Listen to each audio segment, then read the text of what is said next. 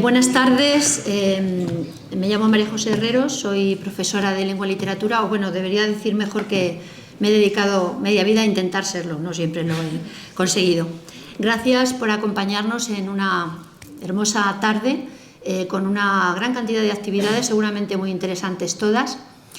Gracias al Instituto de Estudios Albacetenses por incluir entre esas actividades esta conferencia en esta su casi recién estrenada sede, y gracias por supuesto a Paco Linares por su tiempo y por haber contado conmigo, y voy a intentar, como se dice en las lides teatrales, darle el pie para una más que sustanciosa charla sobre el libro y la lectura. Antes de pasar a presentarlos a ambos, conferenciante y conferencia, me van a permitir que los invite a reflexionar, si es que no lo están haciendo ya, acerca de lo que nos jugamos en estos tiempos si permitimos que el Día del Libro sea solamente una fecha en la que librerías y editoriales incrementan sus ventas, lo cual por otra parte está también muy bien. El escrutinio del cura y el barbero cervantinos y la quema de libros que tan acertadamente anticipó Ray Bradbury en su distopía Fahrenheit 451 son, desde mi punto de vista, personajes de Disney al lado de lo que leemos en la prensa diaria. La administración Trump, con este señor que es un inquisidor de TVO, desde mi punto de vista es casi una viñeta de Ibáñez, si no fuera porque no tiene demasiada gracia, está ampliando sin despeinarse una lista ya preexistente de libros censurados en Estados Unidos, a la cual se acaba de sumar, yo diría que no sé si es el último o el penúltimo libro que se ha sumado, una novela autobiográfica de Maya Angelou, de 1969, una mujer escritora negra que en Yo sé por qué canta el pájaro enjaulado nos muestra cómo el amor por la literatura es capaz de vencer el racismo y de llevarnos a recuperar la dignidad perdida. Solamente lo cito como un ejemplo de lo que, por desgracia, parece que está llegando o está por llegar. Y es que, como decía en un artículo de febrero pasado Elena Farré, leemos grandes historias porque son la puerta de entrada a la verdad. Enmascaradas en una mentira y cubiertas por el velo de la ficción, son portadoras de una verdad que ayuda a tomar decisiones, a fundamentar opiniones, a desestabilizar creencias y a abrir las puertas de la libertad. Quizá por eso el marido de Bette Davis, según nos contaba la actriz, según nos contaba hace poco Irene Vallejo, alegó como causa de divorcio, refiriéndose a su esposa, lee demasiado. Ahí les dejo la tarea. Pero el libro no solamente es redentor de sociedades, lo es también de soledades. Cuando mi madre me veía con un libro, me pegaba. Este recuerdo tristísimo de Gloria Fuertes nos debería hacer pensar que esto que llevamos entre manos, desde el punto de vista, desde el sentido figurado del término, y yo diría, espero que también en el literal, no debe olvidarse como una tarea fundamental. Vargas Llosa confesaba que se enamoró de los libros para huir del profundo miedo que le inspiraba a su padre. Cuando Marito, como él decía, tenía 11 años, ese señor que había estado ausente hasta entonces reapareció en su vida y se la amargó con su férrea disciplina, sus malos tratos y su absoluta falta de sensibilidad. Y de ese lector que buscaba en otros mundos tan lejanos a Lima, otro, mucho mejor para él, surgió años después el escritor que entendió la literatura, la pasión por la literatura, como la solitaria que se lleva dentro. Una metáfora magnífica del oficio de escribir que podemos encontrar en Cartas a un joven novelista, un librito muy pequeño y poco conocido del Nobel peruano. En resumidas cuentas, aunque hoy nos reunimos para hablar del libro como objeto, como instrumento, como continente, digamos, como envase, que es de lo que nos va a hablar el profesor Linares, no se nos ha de olvidar que lo que contiene es a menudo intangible y por eso inviolable.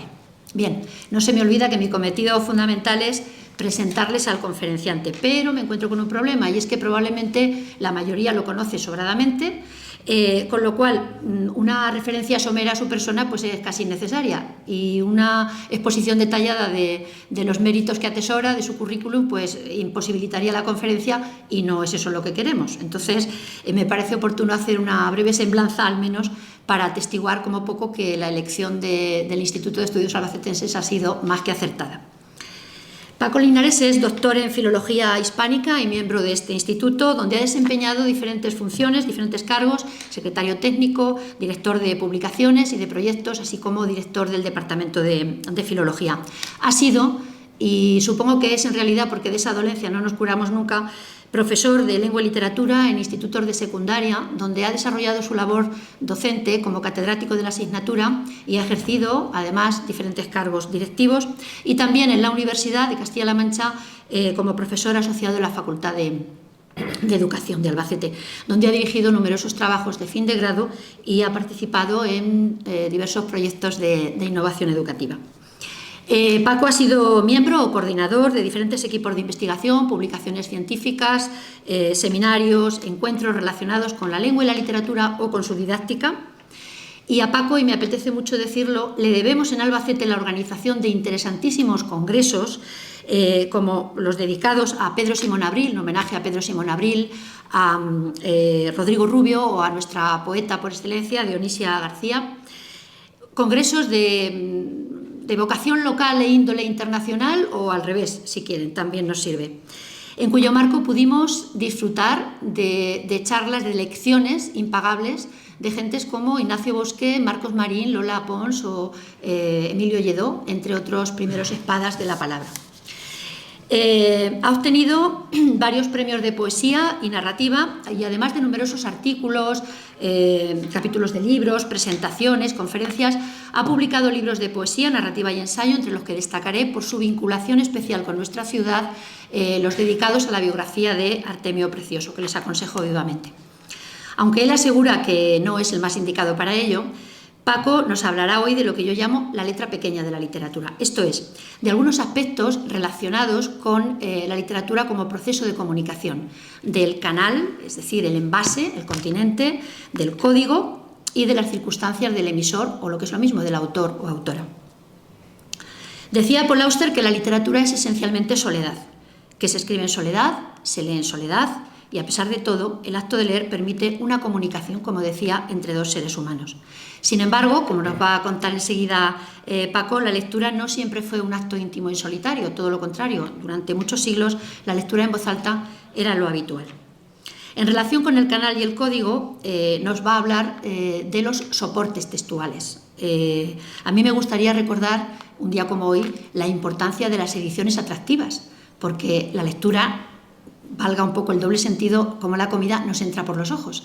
Y yo tengo todavía presente en mi infancia esta colección, que recordará más de uno, que ocupa varios estantes y que se desmembraba, como pueden comprobar, se desmembraba casi con mirarla. Enseguida el lomo se desmadejaba y casi nos quedábamos sin libro. Bueno, de esta colección de Alianza Editorial, Salvat y Radio Televisión Española se vendieron, dicen, más de 30 millones de ejemplares. Hoy, con estos mimbres, sería impensable. Pero todo esto de los envases empezó mucho tiempo atrás. 3.000, 3.500 años, hay dudas sobre ello, hace que en Mesopotamia, en una rica región fluvial, aparecieron aquellas tablillas de arcilla sobre las cuales se marcaban los signos mediante cuñas, y de ahí lo de escritura cuneiforme, como saben, y de ahí se pasó a soportes de lo más variopinto, hasta una concha de una tortuga, por ejemplo. Paco nos va a hablar de los más relevantes de esos soportes, incluyendo el que Irene Vallejo eligió para titular su maravilloso El infinito en un junco. Y nos va a hablar también sobre las manías, las obsesiones y, en el mejor de los casos, las aficiones que se suelen atribuir, no siempre con mucha fiabilidad, a los escritores. Yo no sé si recordarán una escena de una película de Manuel Martín Cuenca, el autor, donde Javier Gutiérrez, que hacía el personaje protagonista, era un escritor empeñado en ser escritor, era un hombre mediocre y sin escrúpulos, como otro que hemos mencionado antes, y él, pues buscando la inspiración, se colocaba desnudo delante de su mesa de trabajo y depositaba, digámoslo así, sus genitales sobre ella. Eso yo creo que revela, es una escena poderosa que revela los prejuicios que tenemos sobre el ego de los que son verdaderos creadores de contenido, los escritores. O, por ejemplo, la necesidad que tienen de hallar el verbo, la palabra exacta, la palabra precisa, que decía Silvio Rodríguez, el nombre exacto de las cosas, del tan maniático, casi maniático y siempre hiperestésico Juan Ramón Jiménez, o Le mot juste de Flaubert, es decir, la obsesión por la perfección. También las curiosas vidas de gente como José Donoso, como Emily Dickinson o como Horacio Quiroga, cuyas costumbres, más que adornarlos, los llegaron a atormentar y mucho. De algunas de esas excentricidades nos va a hablar Paco en su charla. Y para terminar, quería compartir con ustedes unas palabras de Alejandro Dolina, escritor, locutor, actor argentino y polifacético, que dice: la gente no quiere leer, quiere haber leído. Claro, haber leído es bueno. Lo que quizá no parece tan bueno es haberse pasado todas las noches desvelado leyendo Los Miserables a la luz de una vela. La gente de hoy, que es muy ansiosa, que quiere una rápida satisfacción, que no espera por los placeres, se dice: ¿cuánto me falta? Y el tipo tiene la sensación de que nunca terminará de leer Los Miserables, pero le gustaría haber leído Los Miserables para poder decir a sus amistades: he leído Los Miserables. Dolina sugiere entonces un invento magnífico, unas pastillas que permitan obtener toda la información de un libro sin necesidad de leerlo. Dice: eso es una porquería. Lo que nos hace mejores, si es que un libro nos hace mejores, lo que está por ver, es el esfuerzo de la lectura, el esfuerzo de la mente y el corazón por apropiarse de lo que el libro puede ofrecer. Esas pastillas son para aquellos que sean incapaces de comprender que el libro es un placer. Y si esto ya lo han comprobado y ya lo han comprendido, que supongo que sí, los invito a que nos acompañen en esta visita de la mano de Paco, no ya al contenido, sino al continente, como decía, a ese oscuro objeto, no de deseo, sino de persecución para algunos y de devoción, afortunadamente, para muchos otros. Muchas gracias de nuevo y le cedo ya la palabra a Paco y espero que disfruten de todo lo que nos va a contar esta tarde. Gracias.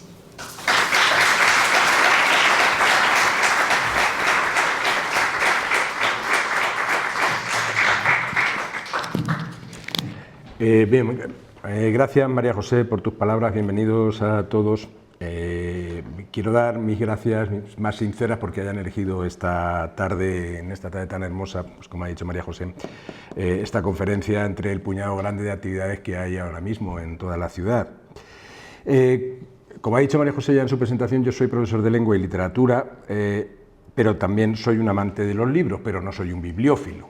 Entonces he tenido que acudir para preparar esta conferencia a una bibliografía selecta entre las que destacan, por supuesto, el libro excelente de Francisco Mendoza Díaz Maroto, que es miembro del Instituto de Estudios Albacetenses, titulado La pasión por los libros, un acercamiento a la bibliofilia, que se publicó en Espasa, que es una sabrosa mezcla de sabiduría y de humor, y un libro además emblemático para los bibliófilos, y creo que completamente agotado, además. Y a dos historias de la lectura, la de Alberto Manguel, que es un clásico y que está publicada por Alianza Editorial, y además la de Cavallo y Chartier en Taurus, que también es otro clásico de la historia de la lectura. Las cito porque quede claro que esta es una conferencia muy mixta, o sea, se hablará del libro como formato y entonces yo soy un lector, no soy un bibliófilo y soy un profesor de lengua y literatura, pero no soy un experto en la configuración del libro, pero bueno, he hecho lo que he podido por lo menos para que la conferencia se salga un poco de del circuito que siempre llevan todas en este día, ¿no? Que se suele hablar mucho de escritores. Yo me los reservo para el final y sus anécdotas para que así ustedes pues salgan de ese sopor que les puede producir en la mitad de la conferencia primera, ¿eh? Y entonces así van las cosas. ¿Por qué el Día del Libro se celebra hoy? Supongo que muchos de ustedes lo sabrán y otros no. Vamos, yo no lo sabía y me interesé por ello, ¿no? Va una pequeña historia. Vicente Clavel, escritor nacido en Valencia y afincado en Barcelona, propuso a la Cámara Oficial del Libro de la ciudad condal, en el año 1923, dedicar un día al año a la celebración de la fiesta del libro. Peleó mucho por ello y consiguió que Alfonso XIII firmara un Real Decreto el 6 de febrero de 1926, declarando que a partir de esa fecha se recordaría el nacimiento de Cervantes, el día 7 de octubre.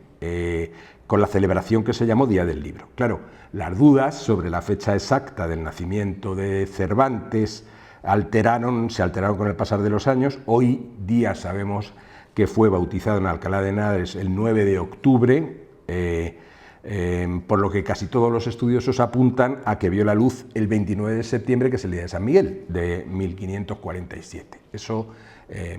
Entonces, salvadas estas dudas, se fue a lo práctico. Octubre era un mes frío y poco adecuado para fiestas y puestos callejeros, con lo que en 1930 se decidió trasladarla a un día primaveral. ¿Y qué mejor fecha que el 23 de abril, día de la muerte del escritor? Tampoco, porque murió el 22, pero lo enterraron el 23, parece ser. Con lo cual todo el mundo dice que es el día de la muerte de Cervantes, pero sin embargo parece ser que no.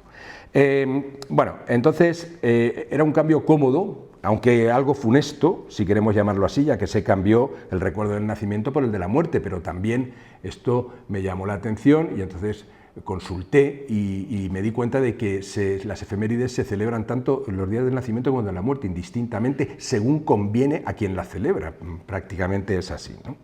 Entonces, la Biblioteca Nacional en su página nos dice que el cambio se produjo por considerarse más segura la fecha de la muerte del escritor. También podría ser, pero la decisión del cambio contribuyó la presión de la Cámara de Comercio de Barcelona, que buscaba una fecha más comercial, como el 23 de abril, que coincidía con el día de Sant Jordi y el tradicional regalo de flores, y así se mataban los dos pájaros de un tiro, ¿no? Se regalaban las flores, los libros, etcétera, todas estas cosas. Bien, una anécdota que aparece en la página de la Biblioteca Nacional, el periódico El Sol daba cuenta del incidente ocurrido en una librería, la librería Catalonia, una librería famosa de los años 20, situada en la plaza de Cataluña. El establecimiento había colocado 7 columnas decorativas rematadas con banderas y con datos estadísticos de venta de libros en las principales naciones europeas. A más ventas, más alta era la columna. Cataluña tenía su propia columna. Entonces, más alta que la de España, que era la más baja de todas.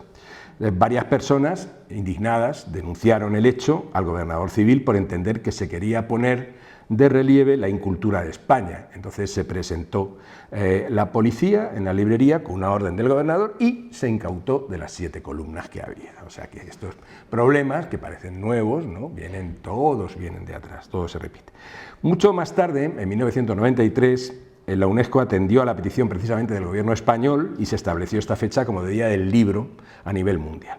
Volviendo al decreto firmado por Alfonso XIII en 1926, vemos que es un poquito confuso, porque la verdad incide en la celebración de lo literario, pero alguien debió recordarle al monarca que los libros científicos también existían, y así se incluyó en el Real Decreto obligando a disertar ese día a, y cito, personalidades científicas y literarias a la vez.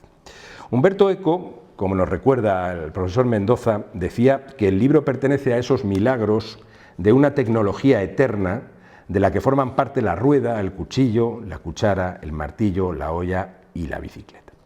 Bueno, llegado aquí tendríamos que ver lo que es una plataforma de lectura, ¿no? Una plataforma de lectura es aquel soporte que contiene lo que queremos transmitir o lo que alguien nos quiere transmitir. Hoy por hoy podemos hacerlo con la fiabilidad de varias maneras a través de un entorno digital diseñado para facilitar el acceso, la compra, organización, lectura de contenidos electrónicos y otros formatos digitales, lo cual ofrece a los lectores una variedad de herramientas para mejorar su experiencia de lectura, como poder elegir el tipo de letra, el tamaño, la posibilidad de resaltar, tomar notas, la sincronización entre diferentes dispositivos.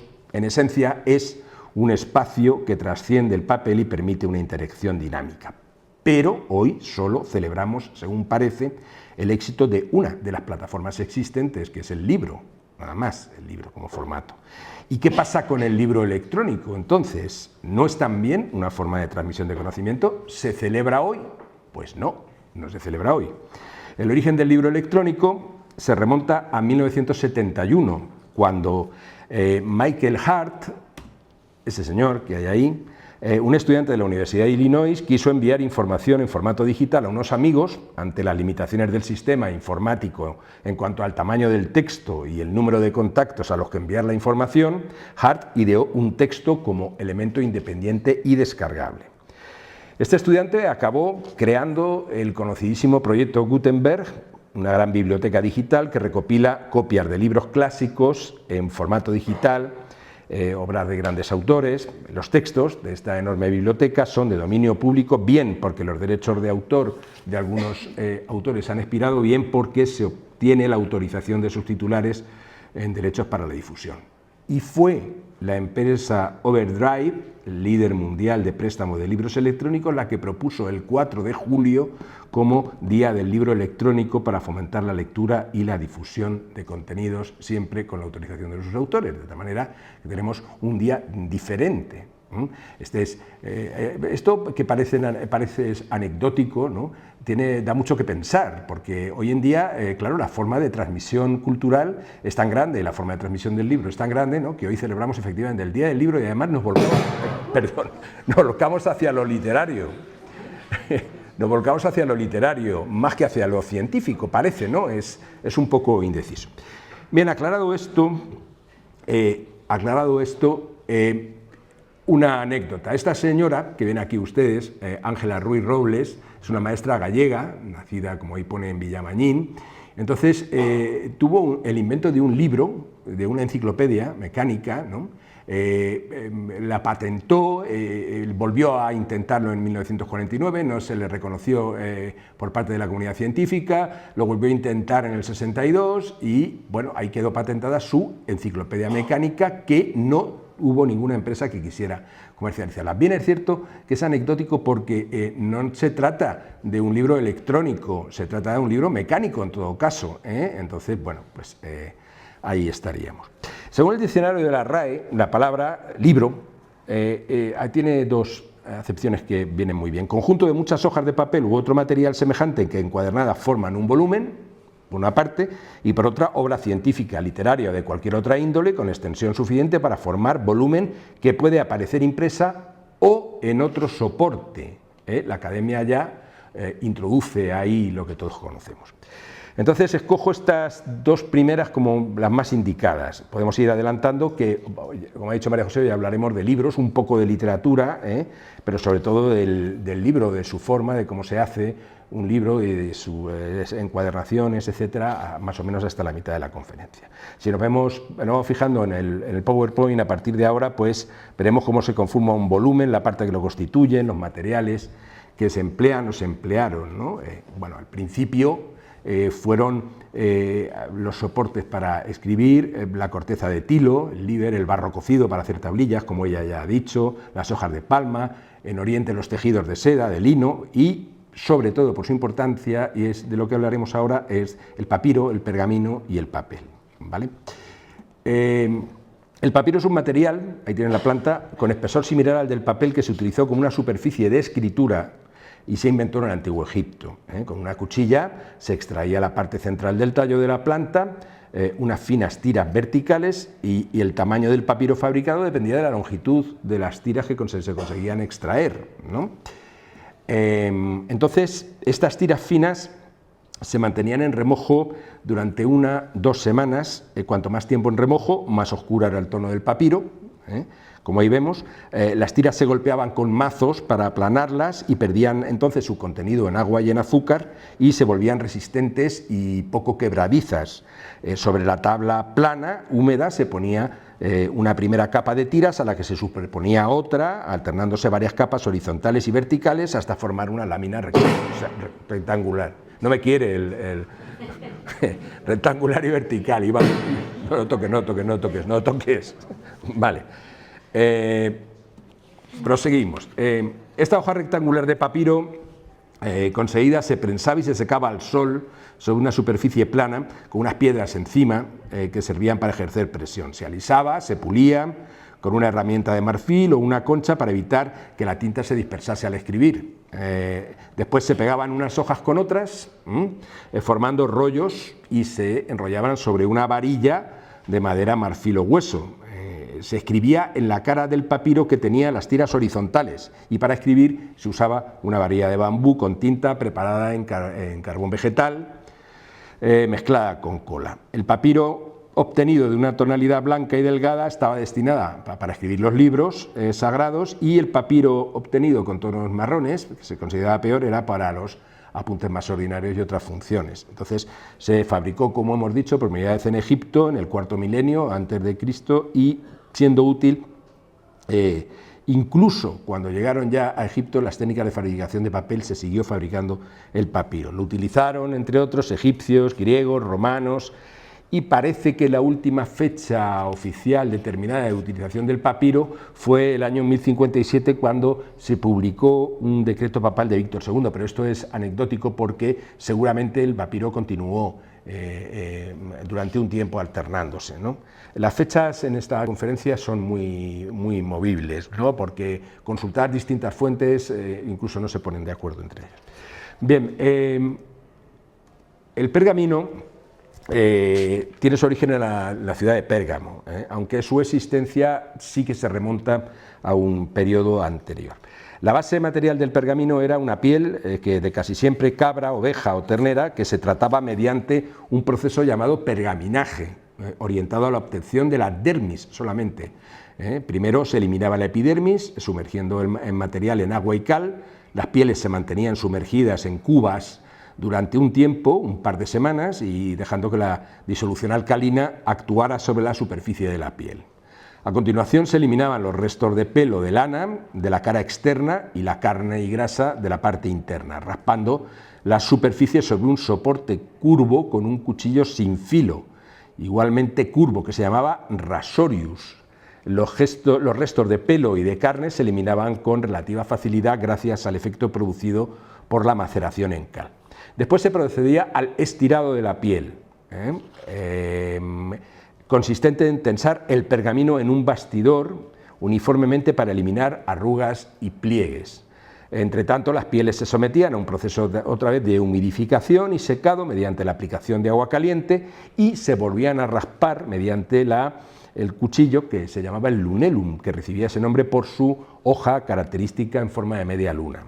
El acabado final se obtenía mediante el bruñido con una piedra pómez o hueso de sepia, con el que se terminaba de preparar la superficie de escritura. El pergamino de mayor calidad, por eso lo he puesto aquí, era la vitela, porque la vitela venía de animales no natos o recién nacidos, o sea, se rajaba la barriga de la madre y entonces sacaba el animal de dentro aún antes de nacer, para fabricar con esa piel tan fina esa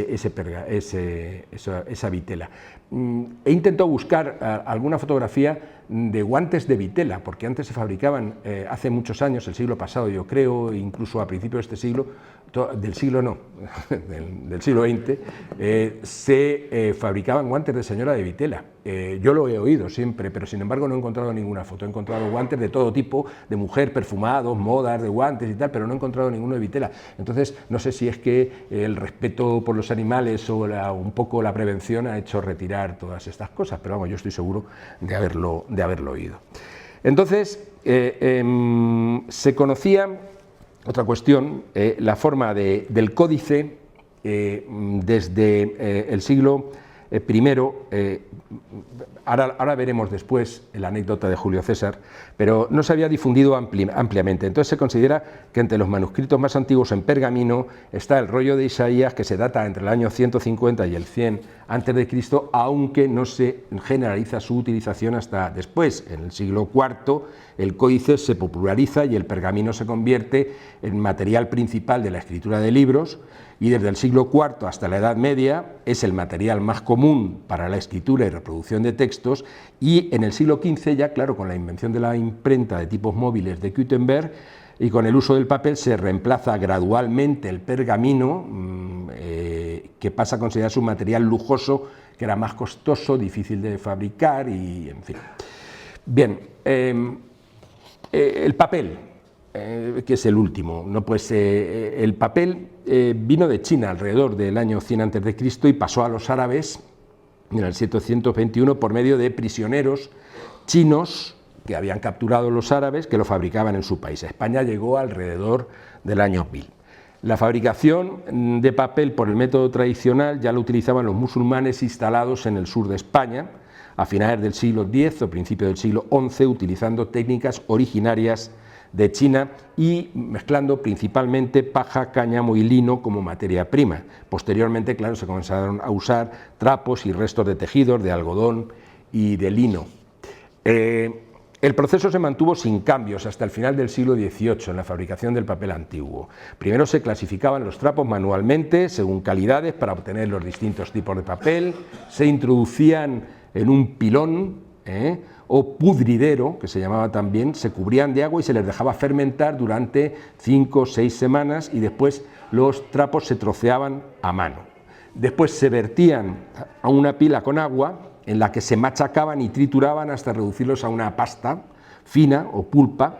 Entonces primero a mano y después con molinos papeleros que movían mazos, la pasta se diluía otra vez con agua hasta tomar un aspecto lechoso y se le añadían distintos productos, colas, almidones, para dar apresto al papel sobre todo, y colorantes en su caso. La herramienta fundamental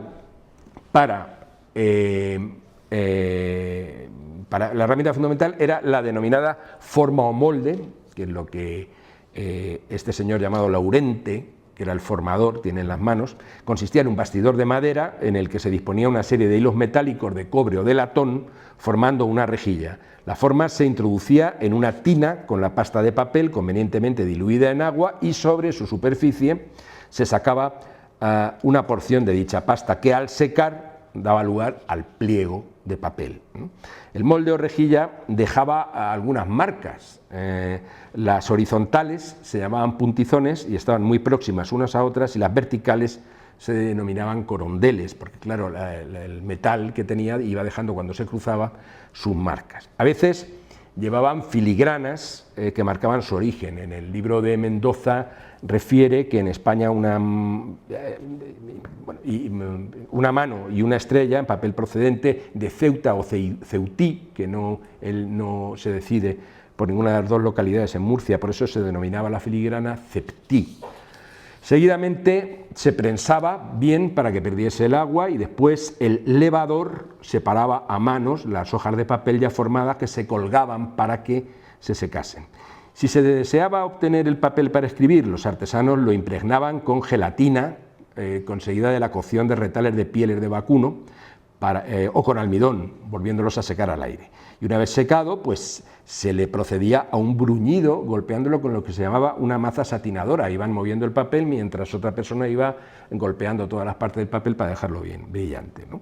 A partir del descubrimiento en 1774 del cloro, el papel se blanqueó y desde mediados del siglo XIX ya se emplea la celulosa a partir de pasta de madera, y hoy día el proceso, como todos sabemos, es industrial y variado.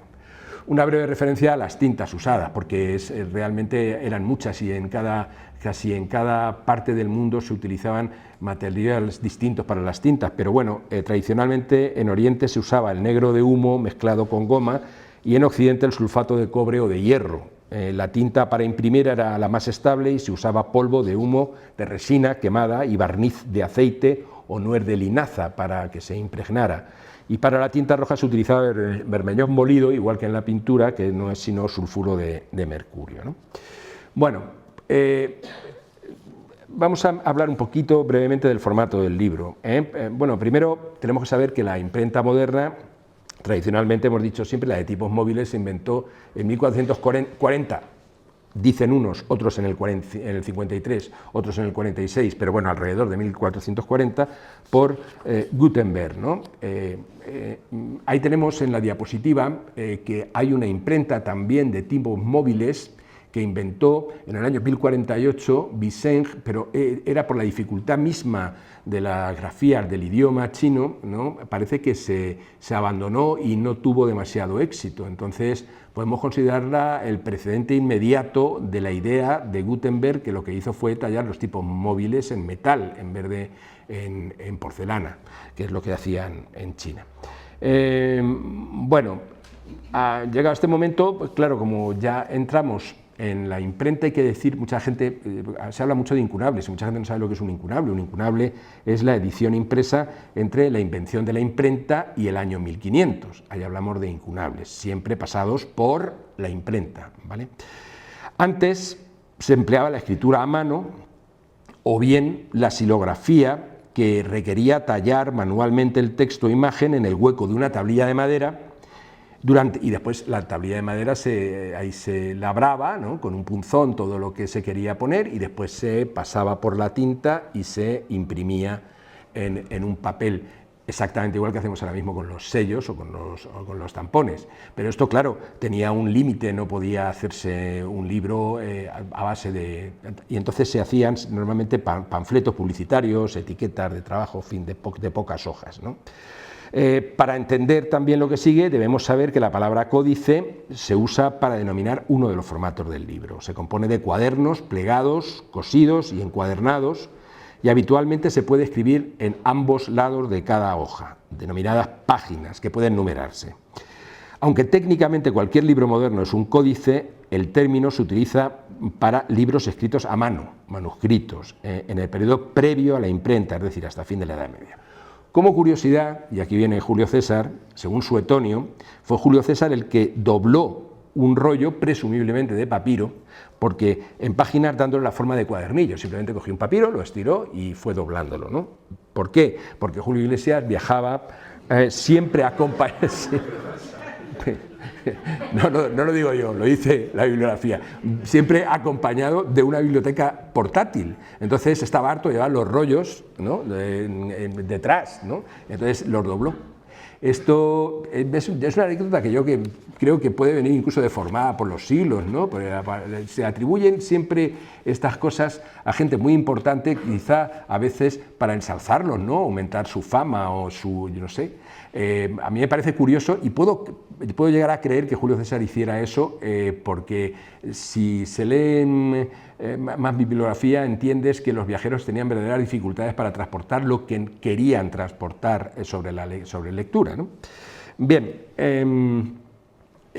4 conceptos que se dan mucho en bibliofilia y para saber lo que son. Bueno, una resma de papel, ¿eh? Cuando dicen, vamos a por he pedido una resma de papel, pues son 500 pliegos u hojas, ¿no? Entonces, consiste en 20 manos de papel, y una mano de papel equivale a 5 cuadernillos, y un cuadernillo equivale a 5 pliegos de papel, aunque a menudo tiene menos, porque esta es otra, ¿eh? Los cuadernillos en principio debían constituir así, pero después hacían algunas veces lo que querían. En definitiva, es el conjunto de hojas por cuyo doblez pasa la aguja el encuadernador. Y el pliego, que para mí es lo más importante, la base, tiene o tenía las dimensiones del papel sellado en latina. Es el papel que se sacaba de latina, que tenía unas dimensiones de 44 centímetros de largo por 32 de ancho, cuando ya estaba cortado en sus bordes, se le cortaban lo que se llamaba las barbas, ¿no? Si hacemos las multiplicaciones en la operación, yo las he hecho para que nadie me pille, entonces efectivamente si vamos multiplicando salen 500. Pero es que curiosamente los paquetes de los folios ahora, ¿cuántos tienen? 500, ¿no? Y eso no debe ser muy casual, digo yo. En cuanto al formato, es la dimensión que adoptaban los libros según los dobleces que se le daban a ese papel inicial que salía de latina, ¿no? Entonces existen formatos regulares, donde folio, cuarto, octavo, 16avo, pero también otros irregulares más raros, ¿verdad?, según se doblasen el papel. El papel, aquí me lo traigo, hice la prueba. Si nosotros tenemos esto, que es un pliego, un plano regular, vamos a suponer que esto mide 44 por 32, yo lo doblo por la mitad, ¿no?, y lo tengo en tamaño folio. Si lo doblo otra vez, lo tengo en cuarta. Si lo doblo otra vez, es en octavo, ¿eh? Y entonces coso con el cuadernillo, se le cortan con la cizalla y se van cosiendo los cuadernillos. Ahí abajo están los formatos, básicamente es así de sencillo. Solamente he traído el ejemplo del octavo, de los que van en octavo, ¿no?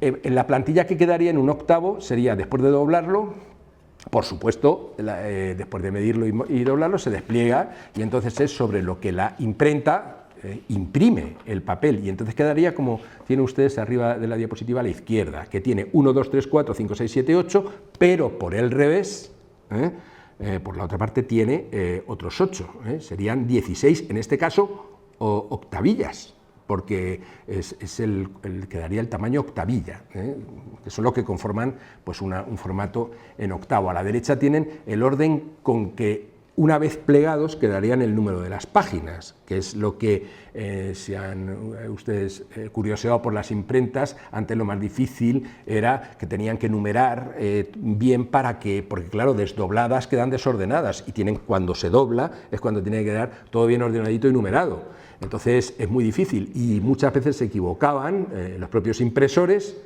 y el libro pues salía mal. Los libros salen mal muchas veces, casi más veces mal que bien, sí, todos.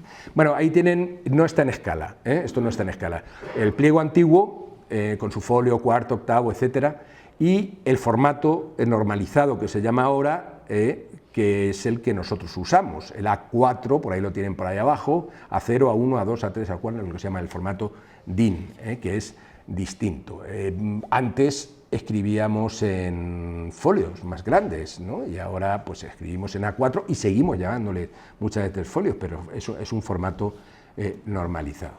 Y aquí está una de las múltiples divisiones que tiene el libro, porque es la que más coincide con la generalidad: el lomo, la portada, la contraportada, el tejuelo, la cabeza, el pie, el llamado hueco, la guarda, corte superior, inferior, delantero, contraportada, portada, cabezada, y la ceja, que es la parte del lomo de arriba curvo que sobresale sobre las páginas del libro.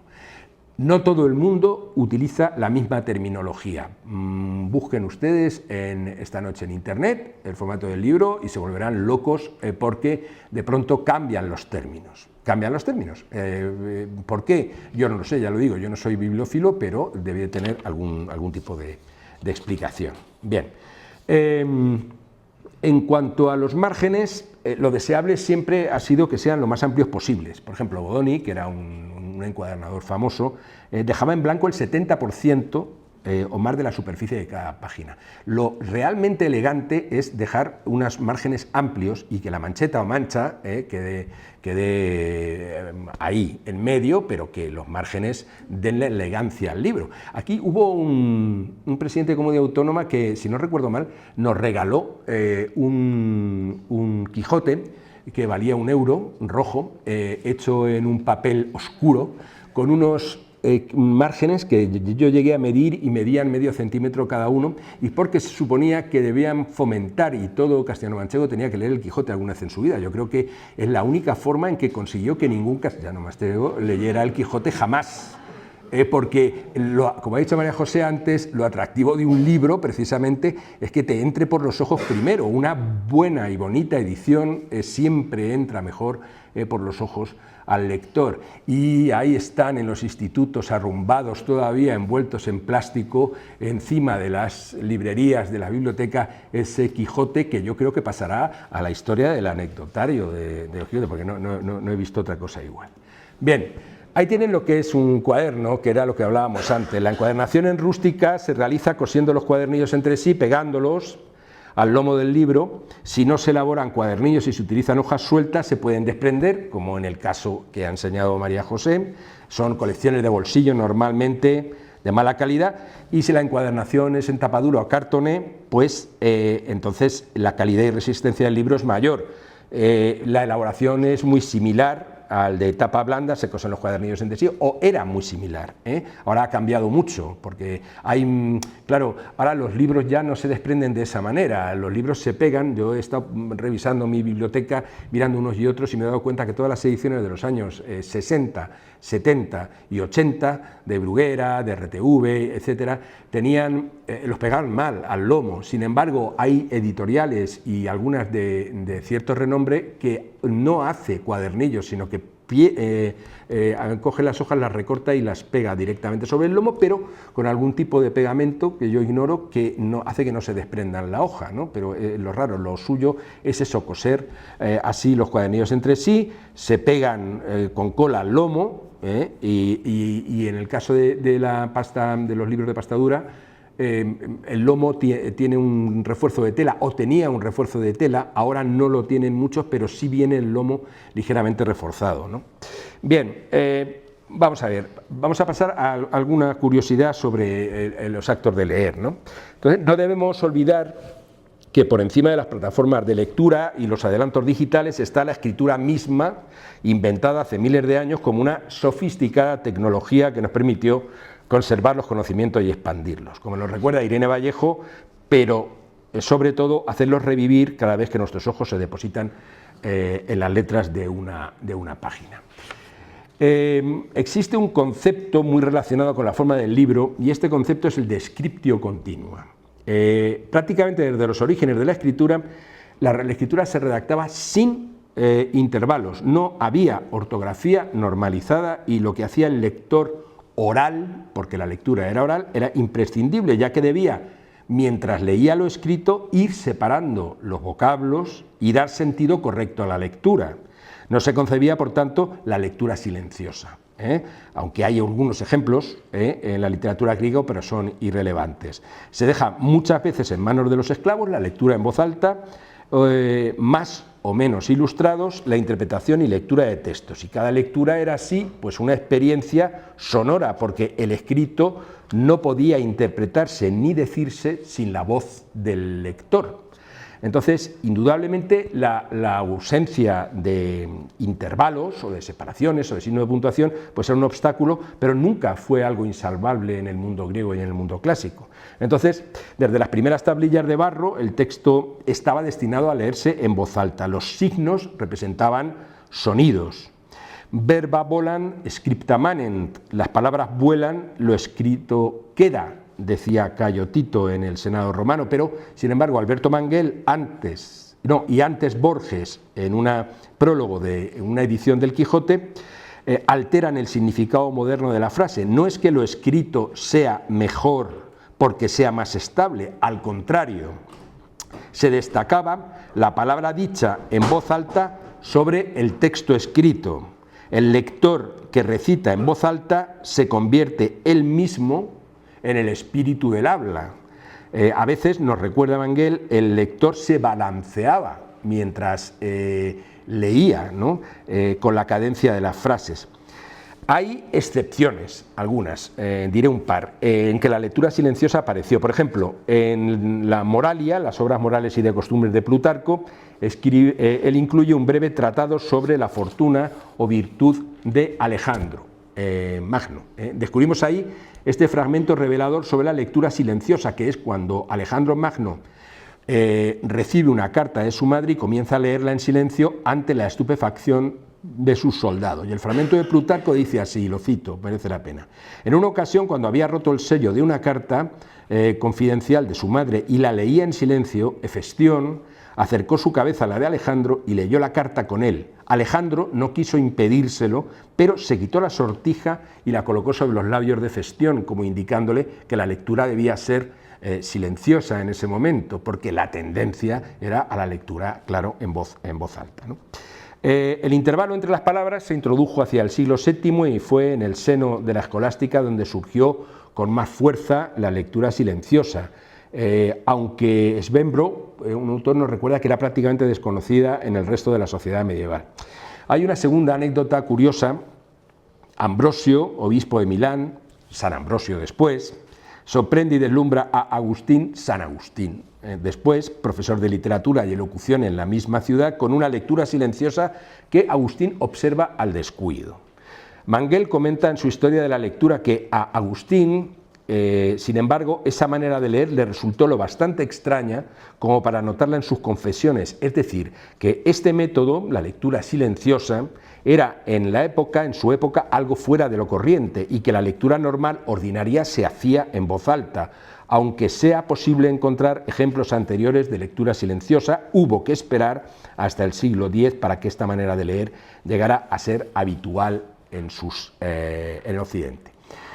Claro, en esos tiempos de lectura en voz alta las bibliotecas se caracterizaban por la algarabía que reinaba en ellas Y hoy día, sin embargo, bueno, yo recuerdo cuando hacía mi tesis doctoral en la Biblioteca Nacional, en la sala de lectura, era un placer estar allí en un completo silencio con más de 300 personas sentadas en silencio completo, y ahora lo que se oye pues es esto, una algarabía de repiqueteo de teclados. La última vez que fui era pero eso en todas las bibliotecas, si frecuentan ustedes algunas, pues los teclados de los ordenadores portátiles parecen pájaros, con lo cual hemos vuelto otra vez al principio, casi, ¿no? Que hay algarabía, había algarabía cuando había lectura en voz alta, hay algarabía ahora en las bibliotecas. Aparte también por lo que habla la gente en las bibliotecas, que no me explico, parece que están en una plaza pública, pero bueno, en algunas, claro, solo. Bueno, como ya hemos apuntado, en la escritura antigua no se separaban las palabras, no se utilizaba puntuaciones y distinguían las mayúsculas de las minúsculas, por tanto, se necesitaban personas expertas que desentrañaran esa lista inacabable de signos unidos unos con otros, y si atendemos a otras curiosidades, podemos decir que la puntuación parece desarrollada en la Biblioteca de Alejandría, donde, bueno, pues se comenzó con este procedimiento. Había que leer un texto en voz alta primero para practicar antes de hacerlo en público, y entonces, claro, la escritura continua daba lugar a múltiples errores y, bueno. Otra cuestión relacionada con la evolución de la escritura es que los primeros monjes cristianos, como nos recuerda Manguel, solían saberse de memoria el texto de tal manera que ejecutaban la copia sin apoyo. Pero había otros monjes, quizá aprendices o personas menos capaces, que necesitaban que se les facilitase el texto para copiar, pero ya dividido en líneas o por lo menos con marcas para poderlos, porque transcribían manuscritos antiguos griegos con escrito continuo a códices medievales, pero lo querían ya separado en palabras. Para eso se tenían que marcar para que los novatos, dijéramoslo así, pudieran saber qué es lo que estaban haciendo y qué es lo que estaban copiando. Bueno,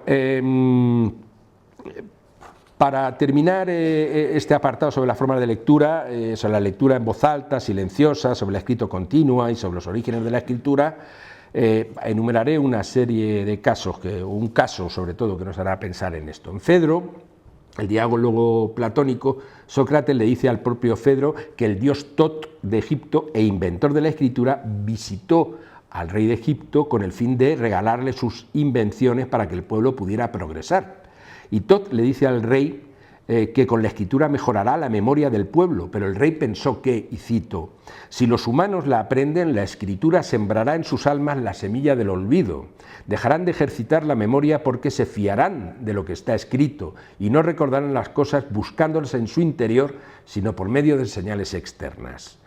Lo que ofreces a tus discípulos no es verdadera sabiduría, sino solo su apariencia, porque hablándoles de muchas cosas, sin enseñarles nada, harás de que te parezcan saber mucho, cuando en su mayor parte no sabrán nada, y en tanto que personas repletas de sabiduría, sino del engreimiento del saber, serán la carga para sus semejantes. Qué forma tan distinta de afrontar el conocimiento y afrontar sobre todo el aprendizaje. Se habla aquí de explicar las cosas oralmente más allá de que estén escritas, claro. Por supuesto, claro, muchos rechazaron esto a través de los siglos, la opinión de Sócrates.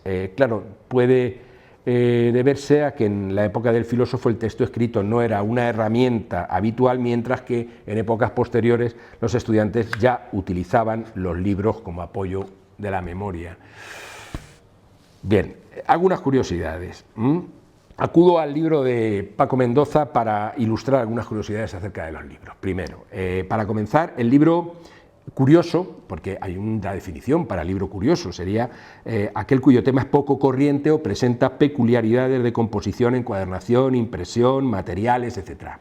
Mendoza cita como ejemplo de libro curioso por el tema El imperio del piojo recuperado, de don Severino Amaro, que era el seudónimo de Gaspar Molina y Saldívar Marqués de Ureña, que es publicado en 1784 y que es una sátira neoclásica contra los usos y abusos en los peinados, tocados y vestidos. Hay libros con receptáculos secretos en su interior, de las tapas donde se guardaban reliquias de santos, sagradas formas, llaves, etc. Esos todos los conocemos. También hay otros libros, y esto ya viene de todos los libros que he consultado, que se encuadernaban con piel humana. es una práctica además que tiene un nombre que se llama bibliopegia antropodérmica. Existen numerosos ejemplos de libros encuadernados con esta técnica, tratados sobre anatomía forrados con la piel del cadáver diseccionado, testamentos forrados con la piel del testador, copias de procesos judiciales forradas con la piel del condenado. Y hay un ejemplo, que es el que voy a narrar, es el de John Horwood, que vivió entre 1803 y 1821, entonces asesinó a una mujer y bueno, fue condenado.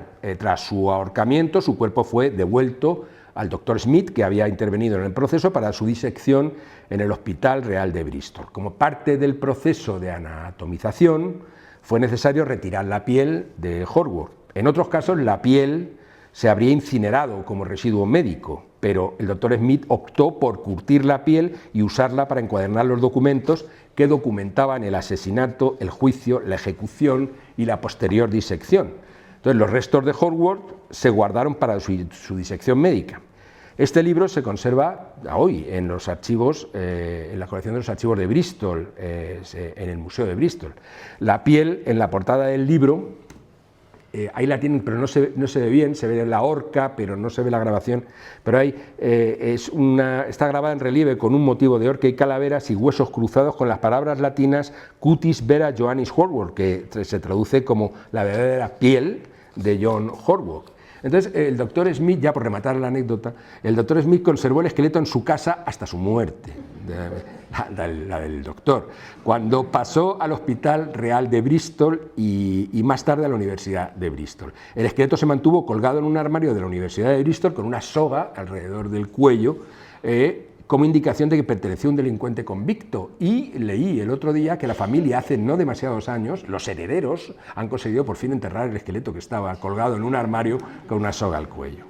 Bien, aquí tenemos otro libro también con piel humana. Este es La vida de James Allen, que es la confesión que hizo el autor, el mismo autor que se convirtió en escritor antes de morir y dispuso que el ejemplar de sus libros fuese encuadernado con su piel. La inscripción es Hic liber Walton cute compactus es, que significa este libro fue encuadernado en la piel de Walton. Walton era uno de los alias del escritor, ¿no? Más formas de libros, pues de todas hay, pero bueno, como curiosas, este cancionero con forma de corazón cuando está doblado y forrado en terciopelo, que cuando se abre tiene forma de mariposa, de 1470. Este más abajo, que sí tiene forma de corazón abierto, sin embargo solamente forma de medio corazón cerrada. Esta forma de encuadernación en corazón tiene un nombre, pero no lo recuerdo ahora mismo. Después en forma de flor de lis, como este de Amiens en 1555, era un libro de horas. Formato ovalado, muy raro, un libro francés de 1525, y este formato circular que simbolizaba para el cristianismo la perfección del mundo, donde lo circular realmente es la encuadernación, pero sin embargo el papel de dentro tiene una especie de deformidad en el lado, seguramente para poder pasar las páginas, ¿no? En cuanto al tamaño de los libros, pues los llamados libros en miniatura, el récord parece tenerlo un libro de 1 milímetro por 5 milímetros de lado, con el texto del Padre Nuestro en varios idiomas impreso en Alemania hacia 1980. Parece exagerado, pero una anécdota personal. Cuando murió mi padre, entre sus cosas encontré una cerilla donde habían grabado un Padre Nuestro prácticamente completo. Tuve que llevarlo a un sitio de fotografía para que lo ampliasen y ver qué era aquello, ¿no? Y era la oración del Padre Nuestro, que mi padre había guardado en una funda, eso debía venir de la guerra o de algún sitio, y habían grabado con una punta de un alfiler, tenía que ir dándole vueltas a la cerilla para verlo, una cosa curiosísima. Hay gente para todo, o sea que eso está claro. Bien. Otro ejemplo serían las ediciones del Quijote en corcho, que están impresas por Octavio Viader en San Feliu de Guíxols en 1905 y 7, y hay ediciones posteriores también, donde además utilizaba tipos góticos para la edición. Existen, bueno, el Quijote tiene una casuística propia casi, ¿no? Existen Quijotes en latín macarrónico, por ejemplo, el que escribió Ignacio Calvo, impreso en Madrid en 1900, en fin. Después también, acudiendo otra vez a Paco Mendoza, nos indica curiosidades de lo que se puede encontrar dentro de un libro. Aparte de polvos, partículas de suciedad, manchas, incluso sangre, como las que manchan el colofón del manuscrito oxoniense de la Sanción de Golán, o las gotas de sangre de Larra que salpicaron el ejemplar de su obra de El Macías. Encontramos marcapáginas de diversa factura, naipes, estampas, grabados, bulas, otros más estaños como saladas formas, según Mendoza textualmente, por eso he dicho que era muy humorístico el libro, imposible de saber si estaban consagradas o no, trozos de tejido, cerillas, alfileres, mondadientes y, según algunos bibliotecarios ingleses, los más raros, se han llegado a emplear con finalidad de marcar una página objetos tan increíbles como un huevo frito ya pasadito, frío, tieso, una loncha de bacon, un trozo de pastel y, pásmense ustedes, un preservativo usado. Pero bueno, hay cientos de anécdotas, hay 1000, pues cada uno tiene la suya, sobre los escritores y sus maneras de escribir, ¿no? Hay un artículo de Silvina Frieira que rescata algunas anécdotas del libro de Francisco Piccolo que se titula Escribir es un tic, y tomo prestadas algunas que me han parecido más interesantes. Bueno, Gabriel García Márquez señala que su maestro fue Hemingway. La lección que aprendió del narrador norteamericano fue esta. Comillas, el descubrimiento de que el trabajo de todos los días solo debe interrumpirse cuando ya sabes cómo reanudarlo al día siguiente. No creo que se haya dado nunca un consejo mejor para escribir. Es ni más ni menos el remedio absoluto contra el fantasma más temido por los escritores, la agonía matutina ante el papel en blanco. García Márquez escribía, corregía, escribía, hasta que su agente literario le imprimía el manuscrito casi a la fuerza. Y dice García Márquez, un libro no se termina, se abandona, decía él, ¿no? Admite el colombiano y de mala gana siempre la entregaba a su editora. El propio Hemingway narró de un modo magistral su jornada de escritor parisiense en su novela París era una fiesta. Por lo general escribía en una cafetería, pero durante una temporada solía alquilar una habitación de hotel con buena calefacción y mientras escribía comía mandarinas, castañas asadas, subía a la habitación con una idea en la cabeza, trabajaba toda la tarde desarrollándola o escribiéndola una y otra vez hasta que surgía la otra idea que le pasó a García Márquez. Entonces, cuando aparecía esa nueva idea, Hemingway dejaba de escribir, cerraba el cuaderno y salía muy contento a dar una vuelta, o en su caso 2, por París. Sabía que hasta el día siguiente ya no debía pensar en esa idea para que el subconsciente trabajara por él. Hemingway, cuando escribía, llevaba como amuleto en el bolsillo derecho una castaña de Indias, una pata de conejo raída, con los huesos y los tendones relucientes de tanto sobarlos constantemente. Bien, Raymond Carver explicaba que, y cito, la primera redacción la hago a mano, con soltura, casi con prisa, luego escribo a máquina y ya cambio algunas cosas. Añado, quito, hago 2 o 3 redacciones y entonces le paso el borrador a Tess, que era su mujer, que me da su opinión. Luego entrego la copia mecanografiada a una señora que tiene una computadora personal. A la mañana siguiente ella me trae el texto impreso. Hago más correcciones, hago cortes, a veces radicales, se lo devuelvo. Ella vuelve a escribirlo y así varias veces, 5, 10. He llegado a hacer unas 30 redacciones de un relato y con una poesía incluso más. Dostoyevski escribía día y noche, en cambio T.S. Eliot solo escribía un par de horas. Decía, he descubierto que más de 3 horas no funciona. Como mucho pulo un poco el texto. Cuando me he pasado de las 3 horas nunca he producido cosas satisfactorias. Es mejor dejarlo ahí y dedicarse a otra cosa. Flaubert afirmaba, escribir significa reescribir, y en una carta a Louis Collet comentaba, hoy me he pasado 8 horas corrigiendo 5 páginas y creo que he trabajado bien. Sartre escribía 40 páginas diarias de lo que fuera, sobre todo cartas, pero es que claro, era un grafómano, que es aquella persona que tiene la manía compulsiva de escribir, ¿no? Paul Valéry, todos los días de 4 de la madrugada a 7 de la madrugada, en lo que él llamaba la hora pura y profunda, tomaba asiento en su escritorio y con esas horas nos regaló 261 cuadernos escritos entre 1894 y 1945, de una obra luminosa, utilizaba esas horas incipientes del día para concentrarse. Bueno, los instrumentos de trabajo imprescindibles de Marguerite Duras eran una botella de whisky, siempre a mano, una marca de tinta negra muy difícil de encontrar y la misma mesa, la misma silla, delante de la misma ventana y sobre todo con la casa en silencio. Una casa tan querida que la consideraba, ella la llamaba su caparazón protector. Balzac no admitía distracciones, cerraba las cortinas y no distinguía el día de la noche. Mientras duraba la composición no bebía ni vino ni licores, pero era adicto al café. Thomas Mann reunía a su familia todas las noches y les leía lo que había escrito durante el día. Después entablaba discusiones con su esposa y sus hijos allí sentados, ¿no?, que tenían permitido opinar, y más de una vez acababa aceptando su consejo. Mann tenía fama de ser una persona bastante hosca y no aceptar el consejo de nadie, entonces me ha sorprendido la anécdota. Antonio Tabucchi le gustaba escribir en cuadernos escolares con tapas negras y lomo rojo. En Italia ya no los encontraba y por lo que iba a buscarlos a las tiendas de Lisboa, a la que conocía también. Esta la he cogido porque no tiene desperdicio. Georges Simenon sacaba una guía telefónica, era un proceso, ¿no?, al azar. Se sentaba a la mesa y la hojeaba. Cuando encontraba un nombre que le gustaba, lo escribía en un papel. Seguía consultando guías hasta haber reunido una treintena de nombres en su lista y luego empezaba la segunda fase. Con la lista de los 30 nombres en una mano y en la otra una bola de oro maciza que habitualmente estaba encima de su escritorio, paseaba de un lado a otro de su despacho haciendo resonar en su boca los nombres que había copiado, uno a uno, como cuando un catador paladea un sorbo de vino. Cuando uno de los 30 nombres no superaba la prueba, se detenía un momento junto a la mesa y lo tachaba con un lápiz. Entonces el rito proseguía hasta que la lista se reducía a 12 nombres.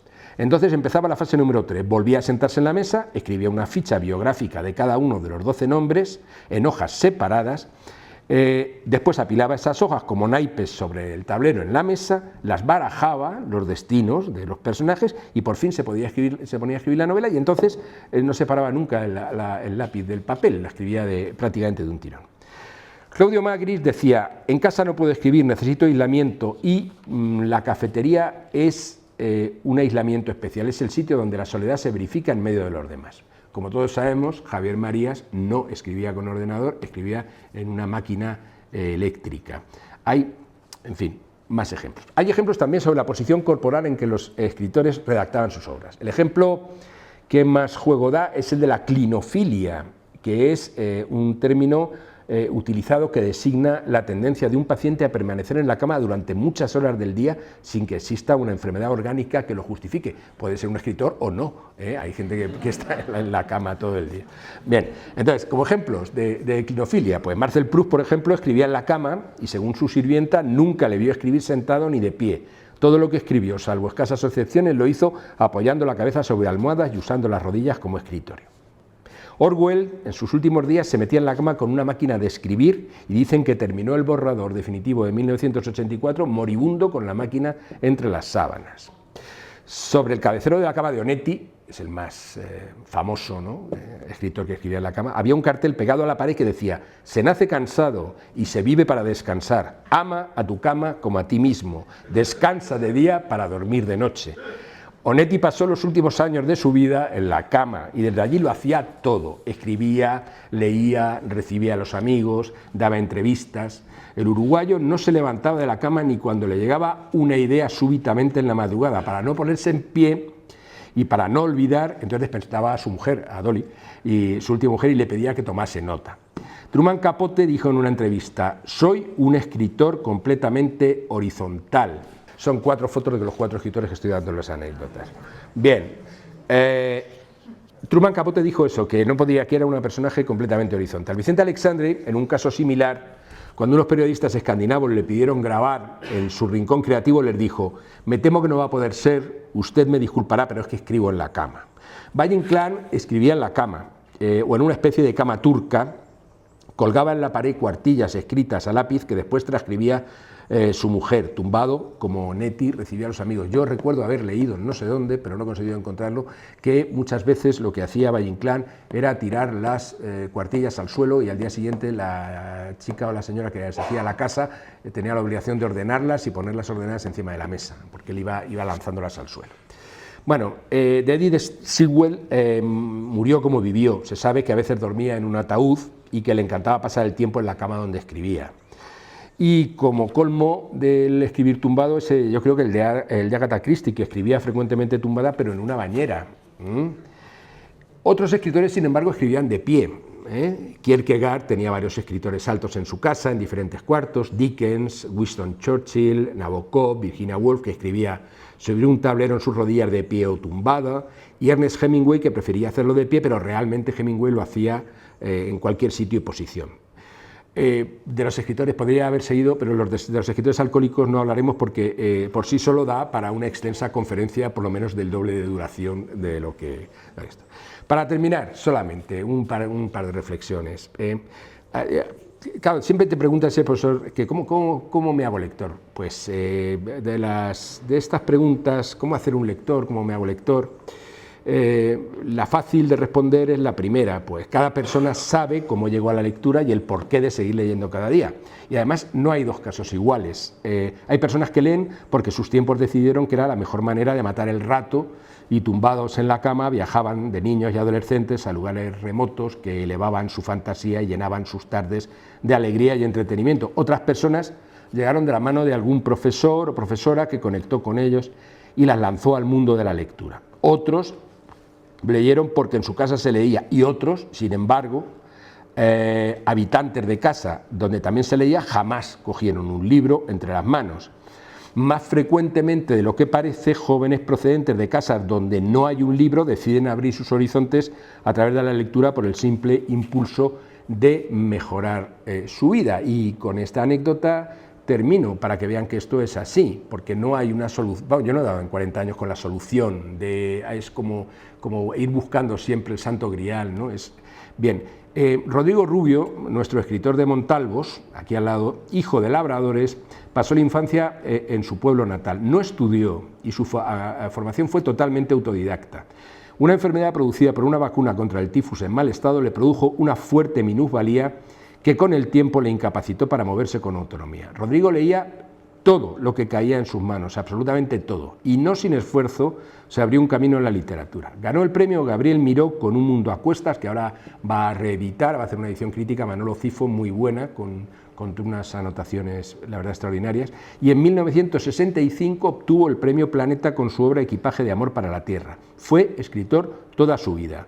En este mismo edificio, en la biblioteca, se guarda su archivo que contienen cartas con los autores de la época, como por ejemplo Delibes y otros documentos personales. Entonces Rodrigo Rubio se hizo una vida leyendo, literalmente leyendo y viniendo absolutamente de la nada.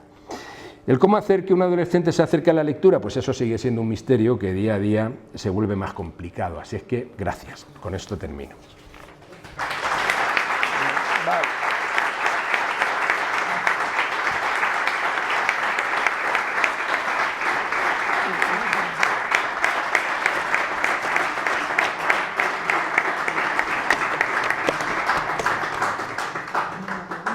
Sí.